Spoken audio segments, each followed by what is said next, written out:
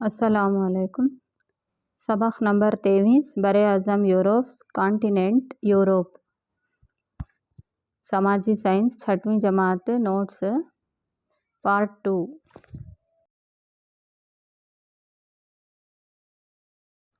یہ بھی جانیے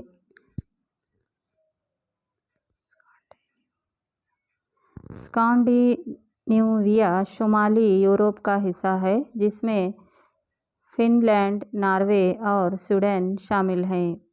عظیم برطانیہ یوروپ کا بڑا جزیرہ ہے جس میں انگلینڈ، اسکاٹ لینڈ اور ویلز شامل ہیں۔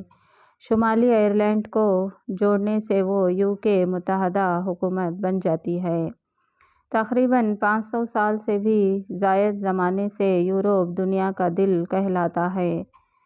بالکن فارسٹ یہ جنگل نہیں ہے، یہ ایک پہاڑی علاقہ ہے جو جنوبی جرمنی میں ہے۔ اس کا اندرونی علاقہ گھنا ہونے کی بدولت اندھیرا چھایا ہوا ہے، اس لیے اس کو یہ نام دیا گیا ہے۔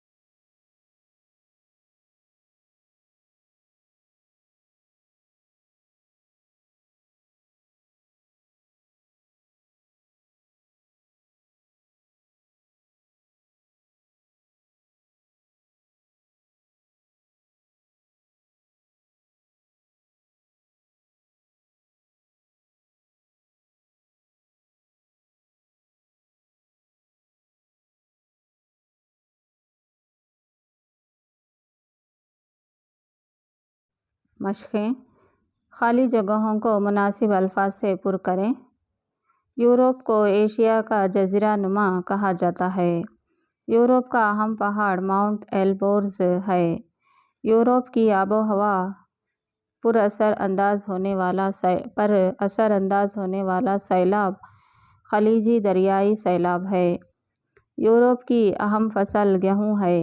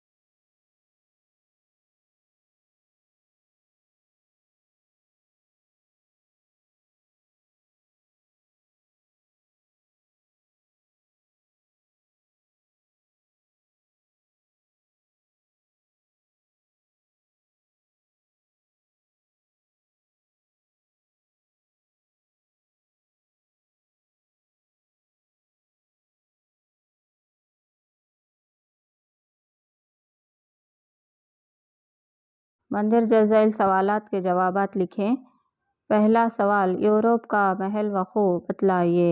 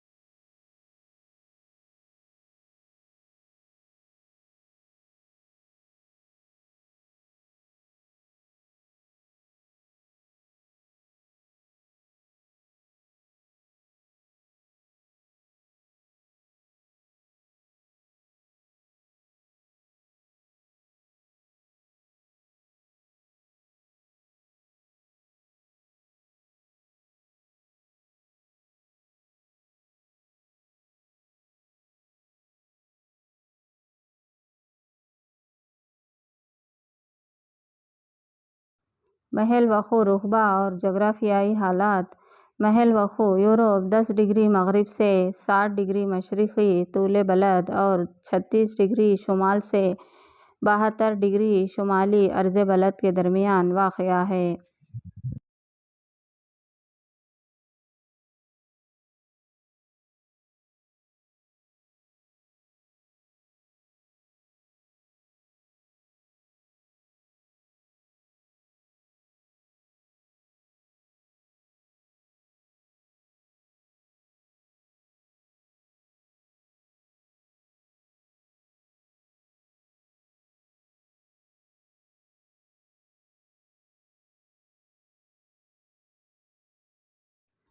رقبہ یورپ دنیا کا دوسرا چھوٹا براعظم ہے۔ اس کا کل رقبہ 10.4 ملین مربع کلومیٹر ہے، جو ہندوستان کے رقبے سے 3 گنا زیادہ ہے، اور یہ براعظم زمین کے کل رقبے میں 7% حصے پر پھیلا ہوا ہے، لیکن دنیا کی کل آبادی کا 1/4 حصہ رکھتا ہے۔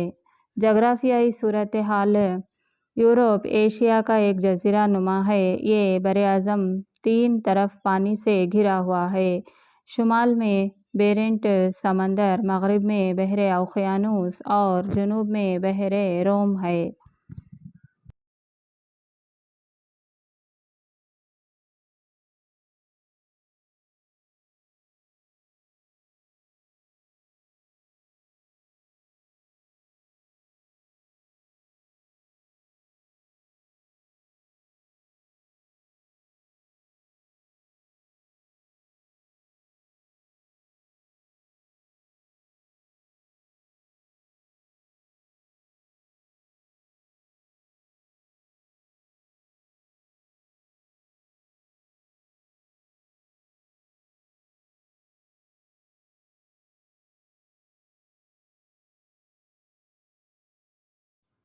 یورپ کے مشرق میں براعظم ایشیا ہے۔ یورال کی پہاڑیاں، کاکاس کی پہاڑیاں اور کیسپیئن سمندر یورپ کو ایشیا سے الگ کرتے ہیں۔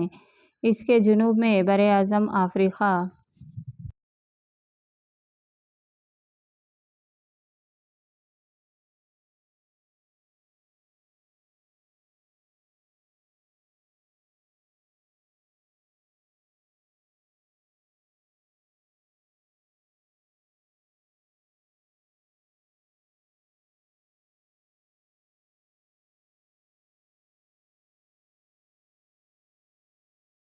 لیکن مذکورہ بالا جغرافیائی خصوصیات میں سے کوئی بھی یورپ اور ایشیا کے درمیان محفوظ سرحد نہیں ہے، اس لیے اسے یوریشیا کے نام سے جانا جاتا ہے۔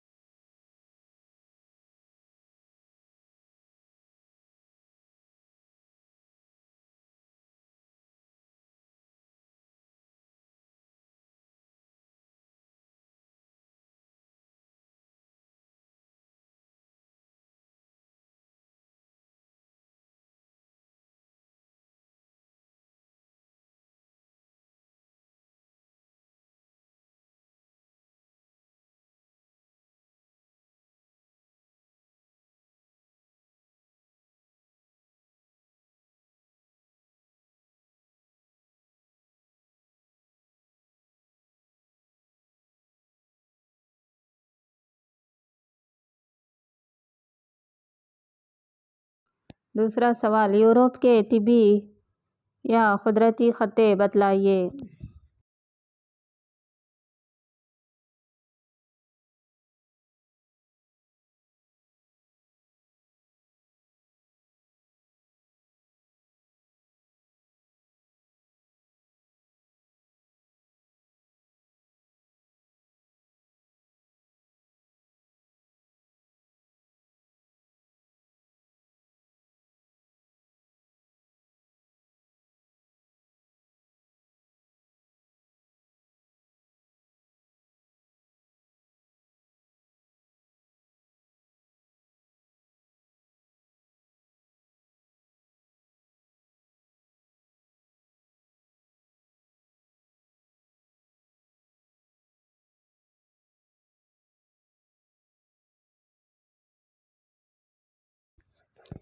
طبی خصوصیات۔ براعظم یورپ قدرتی خصوصیات سے مالا مال ہے۔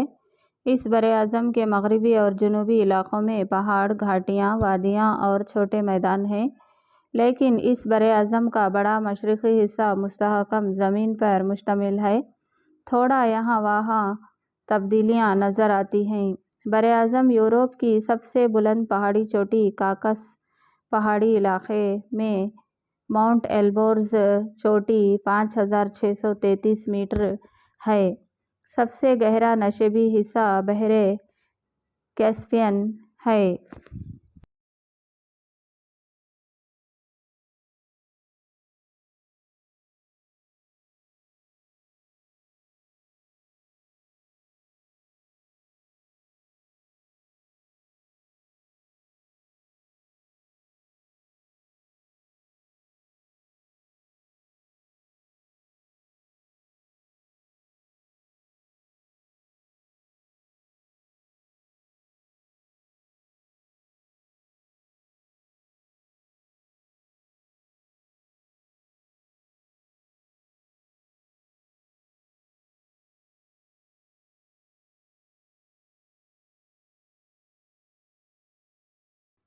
جو سطح سمندر سے 28 میٹر گہرا ہے۔ حقیقتاً یورپ ایشیا کی زمینی سرے کا ایک بڑا جزیرہ نما ہے۔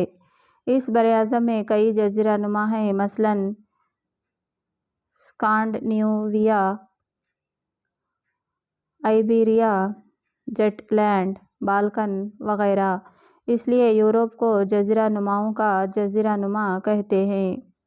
یورپ میں 80,500 کلومیٹر لمبا ساحلی علاقہ ہے، جو براعظم ایشیا کے ساحلی علاقے سے بھی لمبا ہے۔ اس براعظم کے ساحلی علاقے سے جڑے ہزاروں جزیرے ہیں، ان میں برطانیہ اور آئرلینڈ سب سے بڑے ہیں۔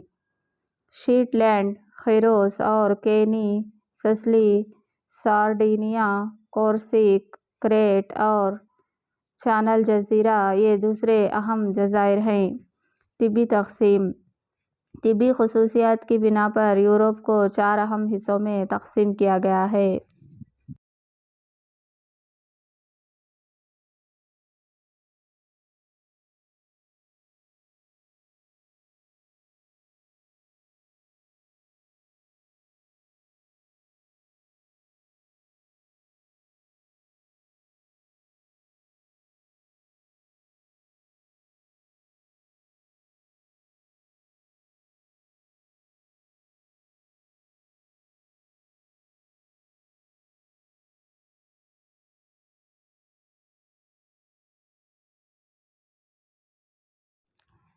پہلا، شمالی مغربی بلند علاقے۔ دوسرا، یورپ کے شمالی میدان۔ تیسرا، وسطی بلند علاقے، جنوبی پہاڑی علاقہ۔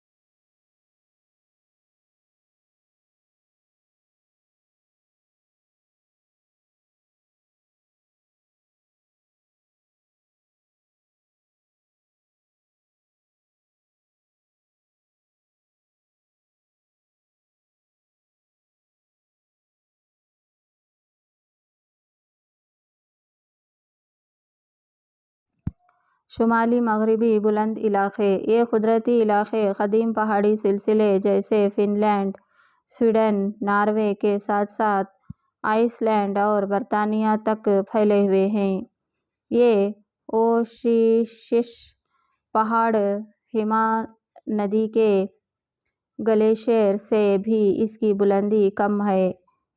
اسکانڈینیویا میں ان کی اونچائی 2000 میٹر اور آئرلینڈ اور اسکاٹ لینڈ میں ان کی بلندی صرف 600 میٹر ہے۔ اس خطے کی اہم چوٹی گوڈوپیگن جو 2469 میٹر ہے۔ یہ سب سے اونچی چوٹی ناروے ہے۔ اس کا اسکاٹ لینڈ کے بینویس 1343 میٹر اور ویلسن کی سنوڈون 1085 میٹر دوسری چوٹیاں ہیں۔ یہ خطہ شمالی علاقے کی طرف اعتدالی ڈھلوان ہے جس سے کئی ندیاں بہتی ہیں۔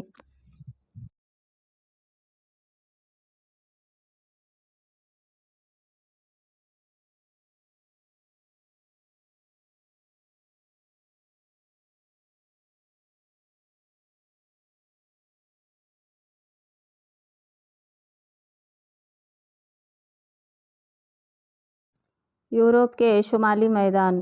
ان علاقوں کو مرکزی نشیبی خطے کہا جاتا ہے۔ یہ مشرق میں کوہ یورال اور مغرب میں بحر اوقیانوس کے ساحلی علاقے تک پھیلے ہوئے ہیں۔ یورپ کا کثیر حصہ اسی خطے میں ہے۔ اس خطے میں یورپی روس، پولینڈ، شمالی Germany, Netherland, Holland, Denmark, Belgium, شمالی فرانس اور انگلینڈ کے مشرقی علاقے شامل ہیں۔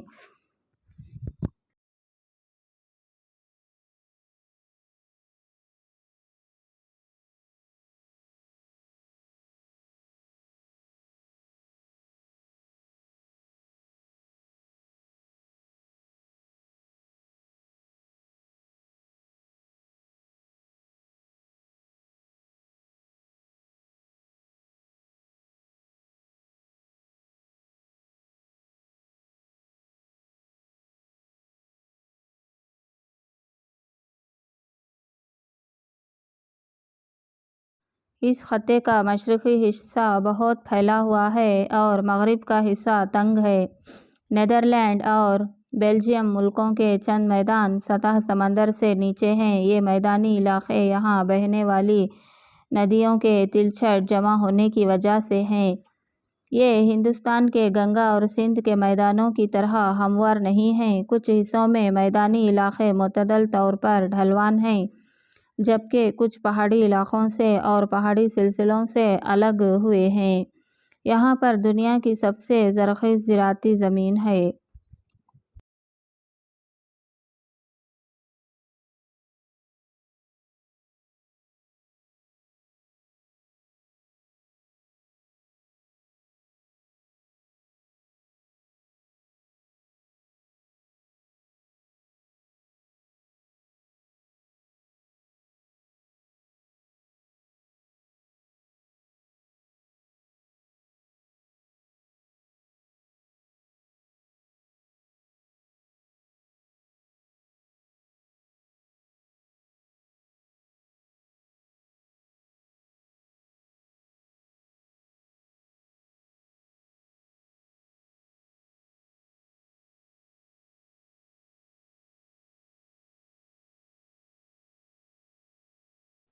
وسطی بلند علاقے۔ یہ قدیم چٹانوں سے بنے ہیں۔ کئی قدیم پہاڑی ٹیلے اور سطح مرتفع سے بھرپور ہیں۔ ان کی اوسط بلندی سطح سمندر سے 600 میٹر سے زیادہ نہیں ہے۔ یہ خطہ مغرب میں آئرلینڈ سے مشرق میں روس تک پھیلا ہوا ہے۔ ان میں اسپین اور پرتگال کا میسیٹ، فرانس کا مرکزی ماسیف اور اوسجیس، جرمنی کا بلیک فارسٹ، چیک اور سلوواکیہ کے جمہوری علاقوں کے کم بلندی والے کئی سلسلے بھی شامل ہیں۔ اس خطے کے چند علاقے جنگلات سے بھرے ہوئے ہیں۔ بہت سارے علاقے چٹانوں سے بھرے ہوئے ہیں۔ یہاں کی مٹی زراعت کے قابل نہیں ہے لیکن ندیوں کی وادیاں بہترین زراعت فراہم کرتی ہیں۔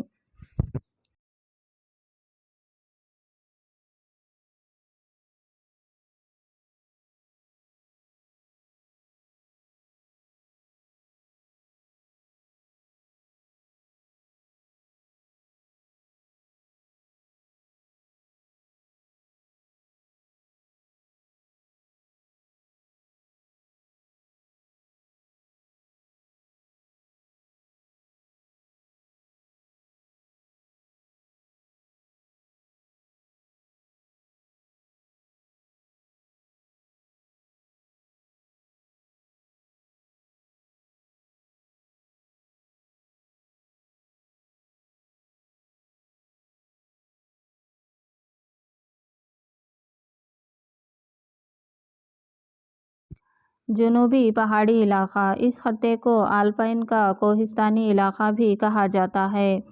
اس میں کئی پہاڑی سلسلے ہیں۔ سیرا مورین اسپین، فرانس اور اسپین کے درمیانی سرحدوں میں پرائس کے پہاڑ ہیں۔ یہ مغرب میں بحر اوقیانوس کے ساحل سے مشرق میں کیسپیئن سمندر تک ایک دوسرے کے مساوی طور پر پھیلے ہوئے ہیں اور ہمالیہ کی طرح چوٹی دار پہاڑیاں ہیں۔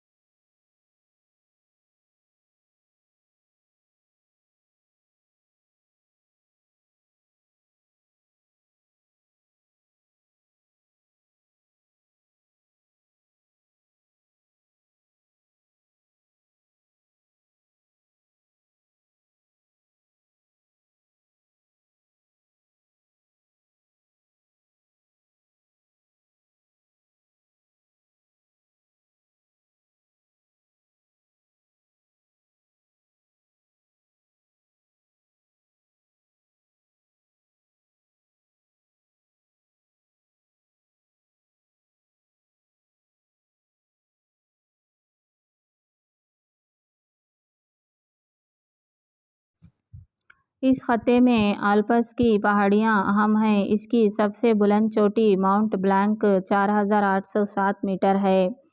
آلپس فرانس کے جنوب مشرقی حصے میں ہے۔ اٹلی کے شمالی اور سوئٹزرلینڈ میں بہت سے خطے جرمنی، آسٹریا اور سلووینیا کے خطوں میں تقسیم ہوئے ہیں۔ اٹلی کے کثیر علاقوں میں اپنائن پہاڑ، کروشیا، بوسنیا اور یوگوسلاویا میں ڈینمارک آلپس، بلغیریا کے بالکن اور شمالی سلووینیا میں کارپیتھین پہاڑیاں موجود ہیں۔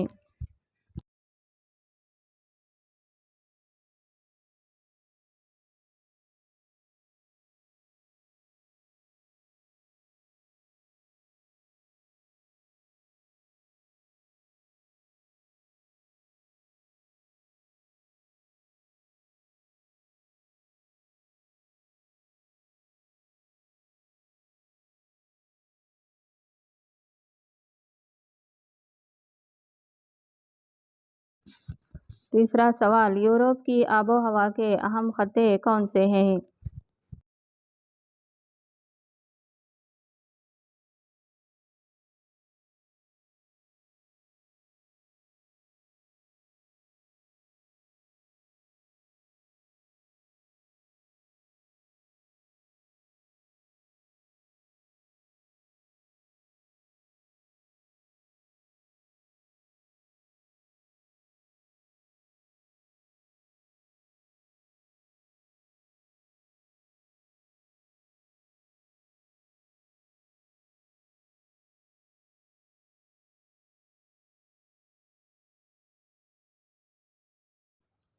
آب و ہوائی علاقے اور قدرتی نباتات۔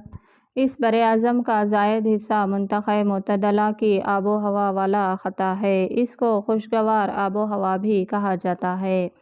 یہ آب و ہوا پر قابو پانے والی اکائیوں کے باہمی عمل کا نتیجہ ہے۔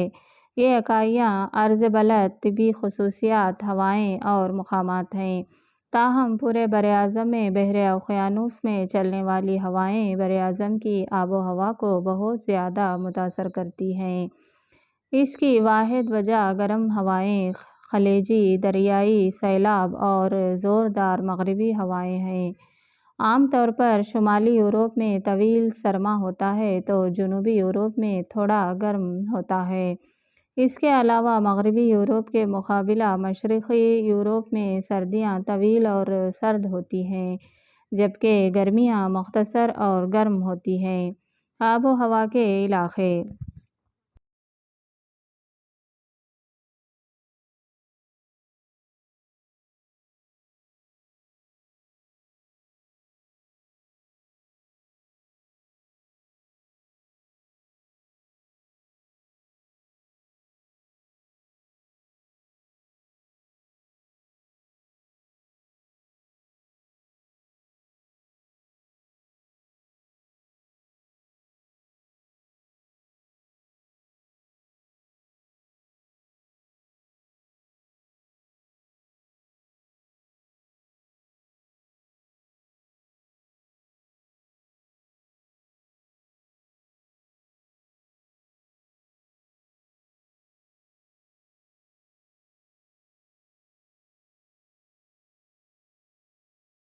یورپ کی آب و ہوا کے علاقوں کو 4 حصوں میں تقسیم کیا گیا ہے۔ شمالی مغربی یورپ کی سمندری آب و ہوا کا علاقہ۔ یہ خطہ ناروے کے ساحل سے لے کر اسپین میں شمالی اور وسطی یورپ کے اندرونی حصوں میں بٹا ہوا ہے۔ ہلکی سردی، معتدل گرم اور مناسب بارش ہوتی ہے۔ دھوپ والے دن ابر آلود آب و ہوا کی اہم خصوصیات ہیں۔ موسم گرما اور سرما دونوں میں درجہ حرارت معتدل 10 ڈگری سیلسیس سے 18 ڈگری سیلسیس ہوتی ہے اور بارش کی تقسیم 75 سینٹی میٹر بہتر ہوتی ہے۔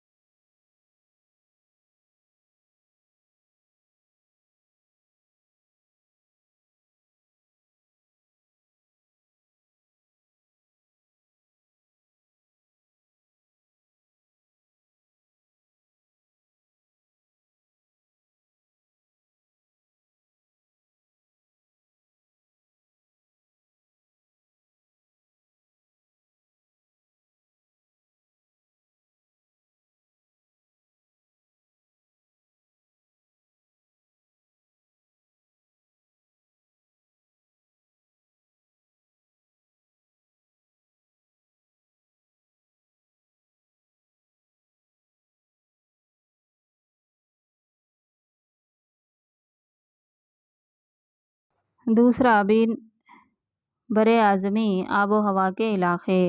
یہ زیادہ تر پولینڈ، سلوواکیہ، چیک جمہوریہ، ہنگری، رومانیہ اور بلغاریہ میں دکھائی دیتے ہیں۔ اس آب و ہوا کی اہم خصوصیات یہ ہیں کہ سرد موسم گرما کسی قدر گرمی کا موسم 10 ڈگری سیلسیس سے -12 ڈگری سیلسیس اور اوسط سالانہ بارش 50 سینٹی میٹر۔ موسم گرم کے ابتدائی دنوں میں کثیر بارش ہوتی ہے۔ تیسرا، میڈیٹرینین بحر رومی آب و ہوا والا علاقہ۔ زیادہ حرارت، خشک اور زائد گرمی سے اور صرف تھوڑی مقدار میں ہونے والی بارش اور سازگار موسم سرما اس آب و ہوا کے اہم خصوصیات ہیں۔ یہاں بارش کی تقسیم میں یکسانیت نہیں ہے۔ موسم گرما میں درجہ حرارت 8 ڈگری سیلسیس ہے اور موسم گرما میں 22 ڈگری سیلسیس رہتا ہے۔ اوسط سالانہ بارش 75 سے 100 سینٹی میٹر ہوتی ہے۔ اس طرح کی آب و ہوا بحر رومی علاقوں کے جنوبی یورپ میں دکھائی دیتی ہے۔ چوتھا، کوہستانی آب و ہوا کے علاقے۔ اس طرح کی آب و ہوا آلپس اور کاکاس کے پہاڑی علاقوں میں نظر آتی ہے۔ یہ بلند سورج کی کرنیں اور ہواؤں کو قابو میں رکھتی ہے۔ موسم سرما کا درجہ حرارت -4 اور موسم گرما کا درجہ حرارت 16 ہے۔ بارش کی اوسط تقسیم پہاڑی ہواؤں کے پچھلے رخ میں 50 سینٹی میٹر اور اگلے رخ میں 200 سینٹی میٹر ہوتی ہے۔ کثیر بلند علاقوں کا درجہ حرارت نقطہ انجماد سے بھی کم ہوتا ہے۔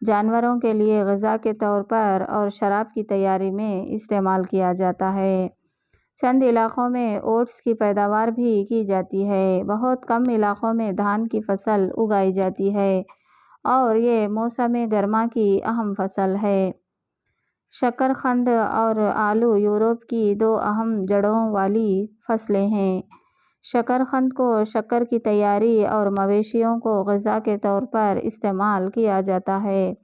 آلو زیادہ تر یورپ کے وسطی اور مشرقی میدانوں میں اگائے جاتے ہیں۔ یورپ دنیا میں سب سے زیادہ آلو پیدا کرنے والا براعظم ہے۔ پٹسن یورپ کی اہم ریشہ دار فصل ہے۔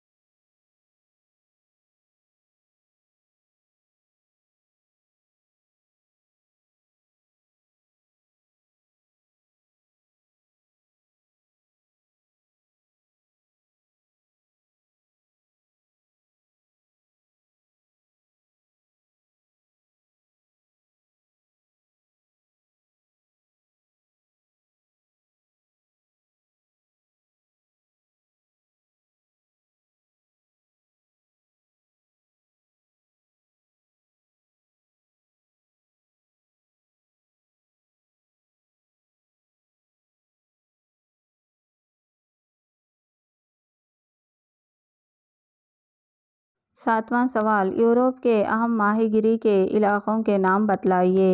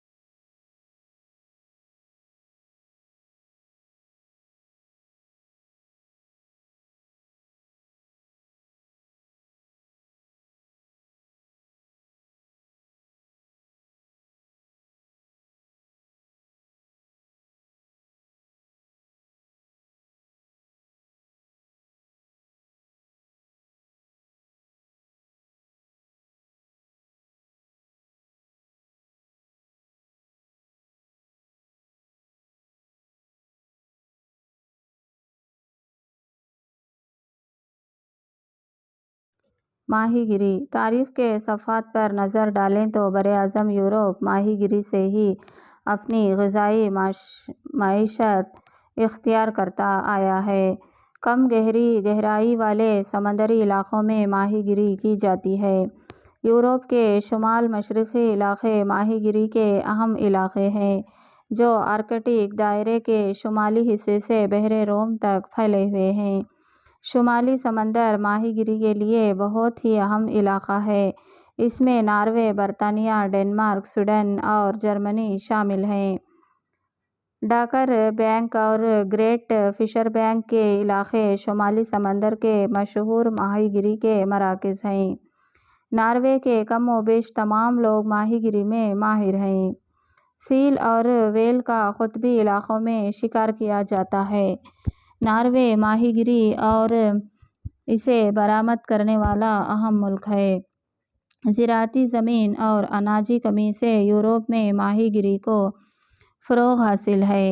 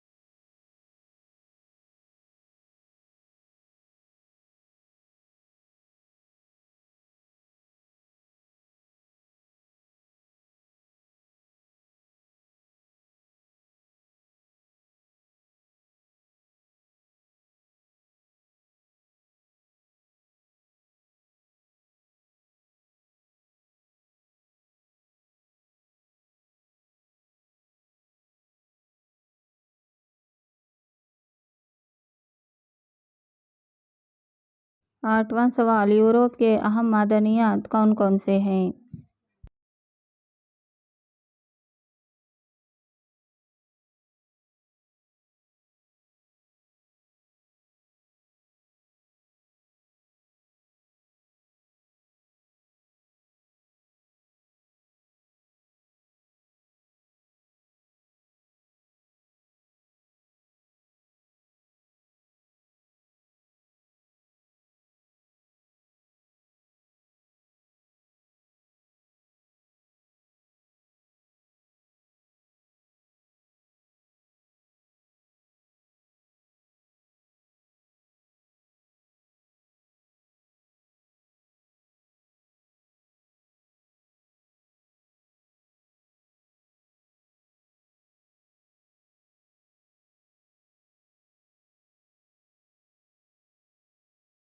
معدنی وسائل معدنیات یورپ میں مختلف قسم کے معدنیات اور توانائی کے ذرائع دستیاب ہیں۔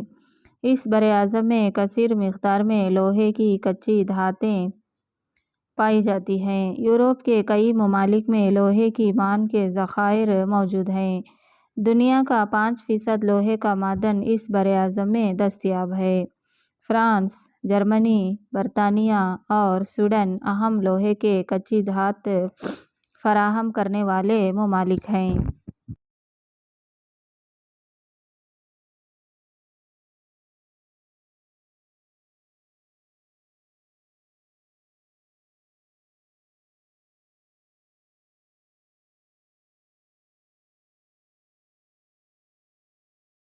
بلغاریہ اور پولینڈ تانبے کی پیداوار کی اہم ممالک ہیں۔ یورپ میں پیٹرولیم اور قدرتی گیس کے ذخائر بہت کم ہیں۔ اہم پیٹرولیم پیدا کرنے والے ممالک میں شمالی سمندر، فرانس، اٹلی، نیدرلینڈ اور جرمنی شامل ہیں۔